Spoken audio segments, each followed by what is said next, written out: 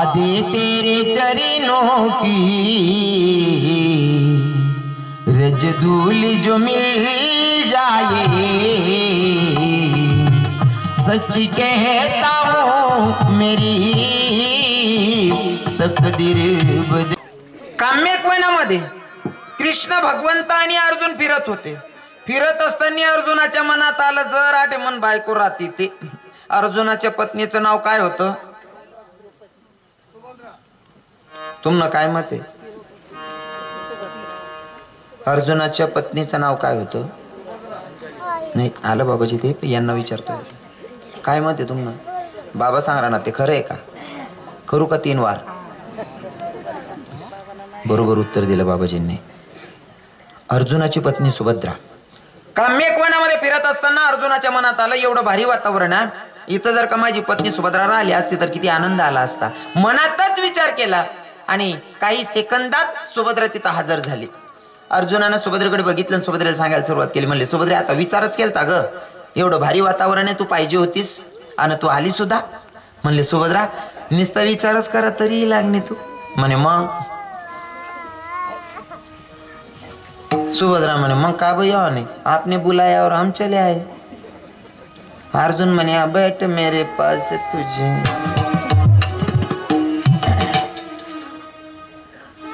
तिथलं फिरणं झालं. अर्जुन घरी गेले.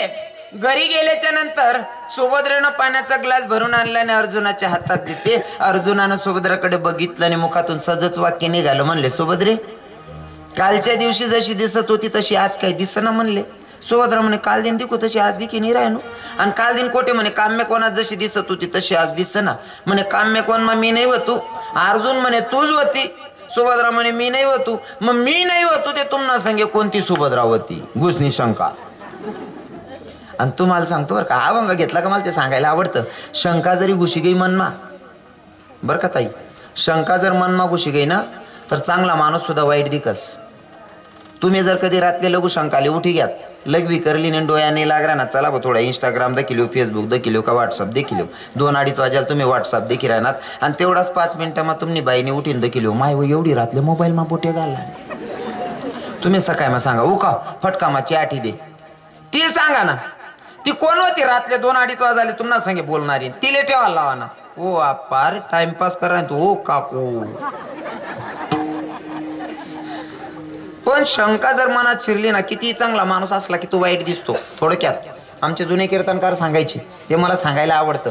शंका माणसाला किती खाली उतरवते सांगू का तुम्हाला? शंका किती खाली उतरवते? एक माणूस रस्ता तरी चाल राहता शंका. बरं शंका जर घुशी गई मनमा लई खाली उतरस माणूस. एक माणूस रस्ता तरी चाल राहता, विचार मग त्यांना पाय घ्या नको त्या जागावर पडी. पाय भरी घ्या त्यांना, पाय भरी घ्या नुसतं पुशीन पुढे निघ जायला पाहिजे होतं. पण त्यांना मनमा शंका होणी, पाय ते भरणा झाला. पण हाऊ गाय ना शिन ना शे, म्हैस ना शेण ना शे, बकरीशने लेंड्या होत्यात का आपलाच पराक्रम होता. काय होतं नुसता पुशीन निघ जाता. काय होता का वादविवाद? काहीच नाही. पण यांनी शंका धरली नाही मनमा, हाय कसा न होईल, गाय न शेणे, म्हैस न शेणे, बैल न शेणे का कोणतं शेबो. बरियल पाय आव भावने हातमा लिहिली ना, नुसता आत्माने सही होय ना, नाक लगून पोचाळली नाही याने चेक करांसाठी. आई कसा नशे आणि मग यांना ध्यान मावून आय गाय म्हैस नाही रे आप्पा, अरे आऊ आपला पराक्रम छे रे वो. नुसतं पुशीन निघ जाता. काही वादविवाद होता का मनमा? काहीच नाही. पण शंका माणसाला एवढी खाली उतरवते, एवढी खाली उतरवते. आता ते बरेल पाय नाकलो गेलो येऊ ना, तो म्हणे आता इथलं गंध आपले दोन पडी नदी नाला नाला वायऱ्यांता गाव ना बाय नाला मा दवाल उभा राय नाव दवाई घे हात पाय दवाई घ्यात. पण गुन्हा करासाठी तोंडमा पाणी लिहिणं, जे गुन्हा करायला पाणी लिहिणं त्याच गोटमा बरोबर बात ना कन उन्हा. तो म्हणे हो म्हणा बापा त्या आऊ कसा ना होईल. लगेच विचार करायला लागल्यात त्या. तो म्हणे आता इथलं घाण घाण होईल आहे ना मन सांगे, तीर्थक्षेत्रावर जाईन स्नान करल्यानं पडी नाही पाप धुवणं पडीन म्हणे मला. तीर्थक्षेत्रावर स्नानसाठी जाईल आहे ताऊ भाऊ नेमका ऐन अरण्यामा अटकणं. 4-4 किलोमीटर अंतरावर पाणीना तपास नाही. पाणीना तपास नाही. इकडे देख तिकडे देख पाणी काही दिखे नाही. पण एक झोपडी होती कुटिया. म्हणे आई कुटिया दिकी राहणे आटे तरी पाणी भेट जाईन कोणीतरी अशीन म्हणे. जवळ ना एक आजी माई बसेल होती. म्हणे माडी तुला पण पाणी शेका. म्हणे भाऊ मी दाखली बाटली भरलेस दादरवर ना चिडा उडावास म्हणे सकाळी ना पार का दुपार लगून आहे बाटलीनं पाणी पुरस आता बाटली म्हणा पाणी सरी घे म्हणा घर जावा ना टाईम शे. म्हणे माडी पाणी कुठे भेटेन का. म्हणे भाऊ 4-4 किलोमीटर अंतरावर पाणी नाही शे. म्हणे माडी मला जर पाणी भेट नाही ना मी मरी जासू म्हणे. बारे असं काय चाव्यास म्हणे. म्हणा पण पाणी नाही पण तू पर्याय सांगस ना म्हणे. काय म्हणा पण सोपारीन खडा आहे तोंडमा टाकले तर तोंड लेवलावर आहे भाऊ म्हणे. हा भाऊ सोपारीन खडा तोंडमा टाकले ना 5 मिनटं चाव्याला उभा राही 10 मिनटं वे घ्यात. मग आजीली चारस म्हणे माडी म्हणे काय रे भाऊ सोपारीन खडा 10 मिनटं पाहिजे फोड राहणं फुटीने राह ना म्हणे. येडा 6 महिना जाय फोड राहणं मागाई फुटणार नाही तू काय चालू फुटी जाई का म्हणे. शंका जर का मनात शिरली ना तर ती खाली उतरवत जाते नाही का. म्हणून शंका घ्यायची नाही. पण सुभद्रेच्या मनात आलं कालच्या दिवशी मी नव्हती मग तुमच्या सोबत काम्यपणामध्ये कोण होती. अर्जुन म्हणतो तूच होती खोटं बोलायलीस वय ग. आता अर्जुन रागारागातच पत्नीवर धावून गेला मारण्यासाठी. अर्जुन बायकोवर मारण्यासाठी धावून गेला. धर्मराजानं सांगितलं अर्जुना पत्नीवर हात उचलणं खऱ्या मर्दाचं काम नाही या खऱ्या माणसाचं काम नाहीये. बायकोवर हात उचलू नकोस म्हणला आणि बाईवर हात उचलो बी नाही कारण ते आपला घरने लक्ष्मी रास. लक्ष्मीला जर मार ना तर लक्ष्मी काढता पाहिलेस.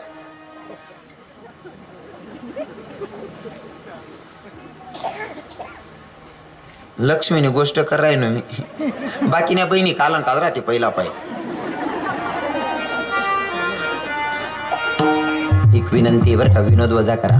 पत्नीवर खरंच हात उचलायचा नाही कारण पत्नीवर हात उचलणं योग्य नसतं. कोणी मारतात नाही ना बहिणी तुम्ही पक्क ना त्याशनी काय हवा मारी जाते. ते पहिला म्हाताराच नव्हतं दकी जाय. हा तिथे लगीन व्हानंतर सुद्धा 6 महिना मन बहीण बॅग खाली करत नाही. दक्षू कस काय वय वातावरण नाही ते पप्पा हे मला काही पण बोलतात.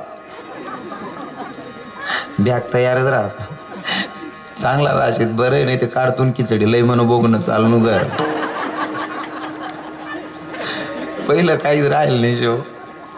आणि तुमले खरं सांगू का अवसर वसत त्यांना सोयले ना काका घटस्फोट ज्या वैर आहे ना ते बट जे घड राही ना अहो सर्व सत्यानाश मोबाईलने करेल शे. मोबाईलमुळे खूप काही गोष्टी खूप चांगल्या बी होईल शेतीस पण 20% चांगलं होईल 80% सत्यानाशच होईल मोबाईलमुळे. हा काय सत्यानाश होईल माहितीये का.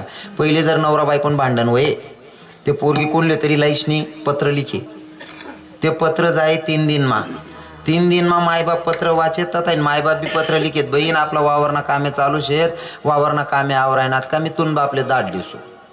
हाय पत्र येवा लागो 3 दिन जाणार पत्र 3 दिन येणार पत्र 3 दिन 6 दिन शेतीना कामे 8 दिन आवरायला लागेत 15 दिन मा बाप जाय. आंडेरले लेवाले दांगडोही जायला शे बा मग आंडेरले लेवाल बाप जाय ते म्हणा आंडेरले लेवाल जाय राय ना बाप बस ना का ती बहीण पाणी ना गल्लास ना पहिले ना तर एवढी डबी लय पप्पा तुम ना जवाईन काय मला कान माना बनाय दिना तू म्हणा बाप रे. म्हणजे 15 दिन मग वातावरण क्लिअर होई जाय. पण या मोबाईलच मुळे काय सत्यानाश व्हायले. आता जर नवरा काय बोलणं का लगेच आता ना कोपराली ने लगेच बापले फोन आणि काय नेता तेल बाप लगे बॅगली ना हजर राहतस 3 तास मा. या घटस्फोट त्या मोबाईल मुळेच वाढ राहणार बरोबर आहे की नाही. मोबाईल वापरू नका असं नाही काळाची गरज आहे पर जास्त त्याच्यावर विश्वास ठेवू नका नाही तर लई फसतो माणूस. हा एक ठिकाणी कार्यक्रमले गहू मी कार्यक्रमले 3-4 वाजाना चालना गो तो माणूस त्यांना दुःख सांग राहता म्हणे महाराज बायको बोलतीस ठीक आहे हो म्हणे बलती जेडी शेतीले तारतम्यच नाही म्हणे पाहुणा दखत नाही पै दखत नाही कोणा बी समोर काही बी बोली पडस म्हणे डोकं लावस म्हणे. इथलं बस सांग दे ना त्याने माले म्हणतं कदाचित येडी बी होई भुयान बायको.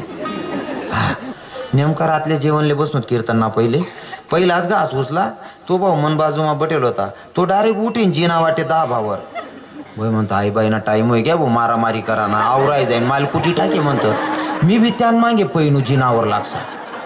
त्याने मनकडे देख म्हणे महाराज तुम्ही का बघूनात म्हणे म्हणतो भाऊ तू सांगे बाई येडी शे आहो नाही हो महाराज खाले रेन नाही छे म्हणे वरून बोलाले हो आप्पा आई खालेच सांगे जाता रे काका मी पुरा जीव लिहिन पैनू ना म्हणतो तुन बाई येडी शे हो तुला राहू देईन माल कुठी टाकीन. या मोबाईलच नाही इथलं येडं करेल शे हिशोबना बाहेर. काय सांगत होतो मी पत्नीवर हात उचलणं खऱ्या माणसाचं काम नाही. आजच्या नंतर हात उचलायचा हा तुम्हाकडे नाहीच म्हण राहणार तू बाया मारतात नाही ना. मायच्या. धर्मराजाने सांगितलं, अर्जुना पत्नीवर हात उचलणं खऱ्या माणसाचं काम नाही या. तुला वाटतंय ना तुझी बायको खोटं बोलतीय, तिच्या भावाला बोलव आणि त्याची बहीण त्याच्या स्वाधीन कर. कृष्ण भगवंताला बोलवलं. भगवंतानं विचारलं, म्हणजे मला बोलवण्याचं काय कारण. तेव्हा अर्जुनानं सांगितलं, कालच्या दिवशी काम्यकोणामध्ये आम्ही दोघं सोबत फिरलो आणि आज हिला सांगत होतो का कालच्या दिवशी तू जशी दिसत होती ना तशी आज दिसत नाही. कृष्ण भगवंताच्या लक्षात आला, अरे ही तर माझीच कर्तबदारी आहे. कृष्ण भगवंतानं अर्जुनाचा हात धरला, घराच्या बाहेर केलं, कुटियाच्या बाहेर केलं आणि स्वतः भगवंत आतमध्ये गेले. अर्जुन बघत होता. सुभद्रेचा हात धरला, सुभद्रेला घराच्या बाहेर केलं आणि स्वतः देव आता आतमध्ये गेलेले आहेत. तिकडनं सुभद्रेचं रूप घेऊन येतात. हातामध्ये दुधाचा ग्लास आहे आणि दुधाचा ग्लास अर्जुनाच्या समोर धरलेला आहे. अर्जुनानं सुभद्रेकडे बघितलं, सुभद्रेकडे बघितलं आणि अर्जुनाच्या डोळ्यातून अश्रू व्हायला लागले. देवा, काम्यकोणामध्ये मला फक्त वाटलं होतं रे इथं माझी सुभद्रा पाहिजे होती, नुसतं सुभद्रा पाहिजे होती एवढं मनात आलं, तरी सुद्धा तू माझ्या बायकोचं रूप धारण करून माझी बायको सुद्धा बनायला लाज ठेवली नाही. किती खालच्या लेवलचं काम करतो जगाच्या मालका, किती खालच्या लेवलचं रे. आणि एवढ्या खालच्या लेवलचं काम करतो, भक्ताच्या बायकोचं बाळंतपण करतो, विशेष नाही भक्ताची बायको होतो, इतक्या खालच्या लेवलचं काम माझा भगवंत करतो. म्हणून तर माझे तुकोबाराय सांगतात, अशा खालच्या पातळीचं काम जर भगवंत भक्तासाठी करत असेल तर अशा देवाला शरण जायला महाराज सांगतात अभंगाच्या प्रथम.